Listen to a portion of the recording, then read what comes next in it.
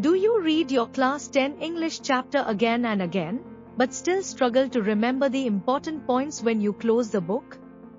There are so many characters, events, thoughts, feelings and details to remember. And when you move to the next chapter, it can feel like you have to start your revision method all over again. That's the problem I wanted to solve. So I created a simple system using master tables and recall-based worksheets.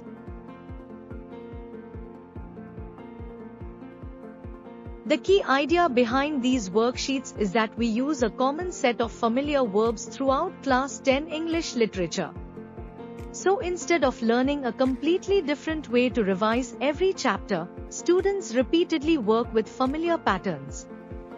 Who was the character? What did the character look at? What did the character think? What did the character believe? What did the character want? What did the character do? What did the character feel? How did the character change? What did the character learn or show? And finally, how did the chapter or poem end? These are the common verbs used across Class 10 English literature. Was, were, looked, thought, believed, wanted, went, saw, found, asked, said, told, helped, wrote, felt, became, learned, showed, made, received, ended. Your workbook uses these common verbs deliberately across Class 10 literature to reduce overload and create a common learning structure. Now think about what happens when you move from one chapter to another. The content changes. The characters change. The story changes. But your basic revision structure stays familiar. So you don't have to spend extra time figuring out, how should I revise this chapter? What should I remember? What kind of information should I look for? The familiar verbs already give you a starting point. This can make revision more organized and can reduce the time and mental effort spent simply organizing the material. Let's see how this works with a letter to God. I'm going to show you the actual entries from the master table, not rewritten examples. Lencho was a hard-working farmer.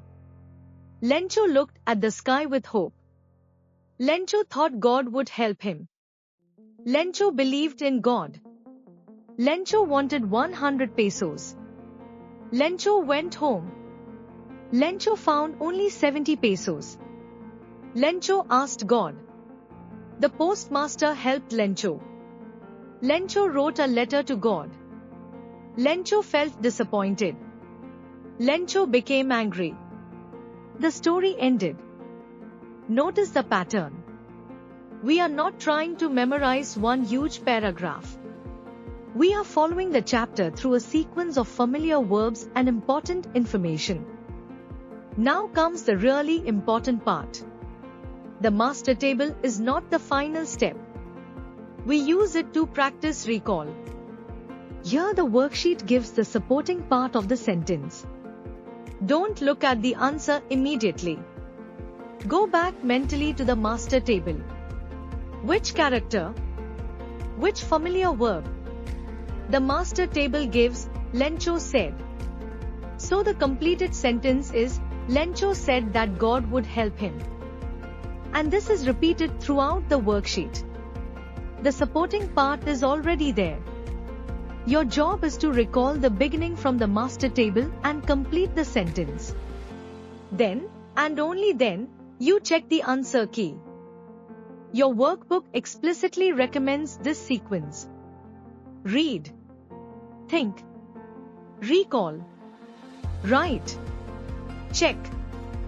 There is another activity as well, tick the correct sentences. Here, you're given several sentences from the chapter and a question.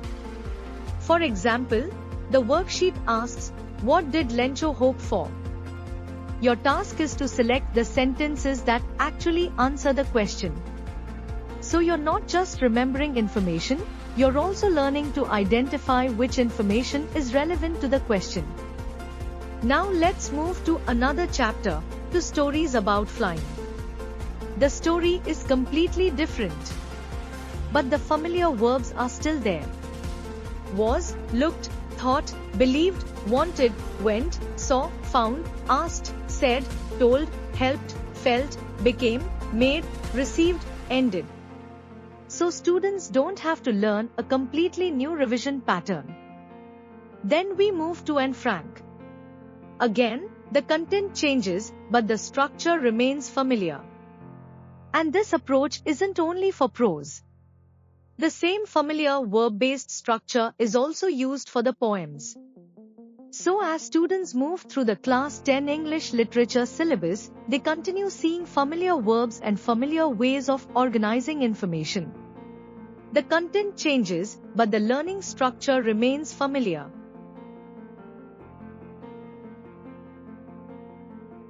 So here's how I recommend using the workbook. First, read the master table. Then follow the familiar verb sequence. Close the book and attempt the worksheet. Don't immediately look at the answers. After you've attempted it, check the answer key. And whatever you couldn't recall, that's what you revise again. So what is the real benefit? You are not trying to memorize more and more material in an unorganized way. You're building familiarity with a common set of verbs and a common revision structure. As you move through the syllabus, the structure becomes more familiar. That can reduce the feeling of overload and reduce the time and mental effort spent organizing your revision. You concentrate on the content instead of constantly figuring out how to study it. And if you want to see whether this method works for you, I've provided a free sample worksheet. You can find it through the link in the description. Download it, try the master table, attempt the worksheet without looking at the answers, and experience the method yourself.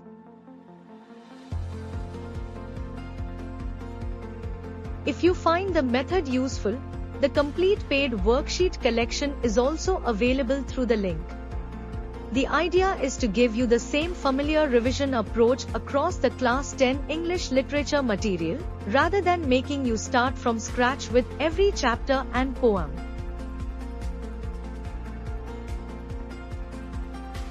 So remember, master table, learn.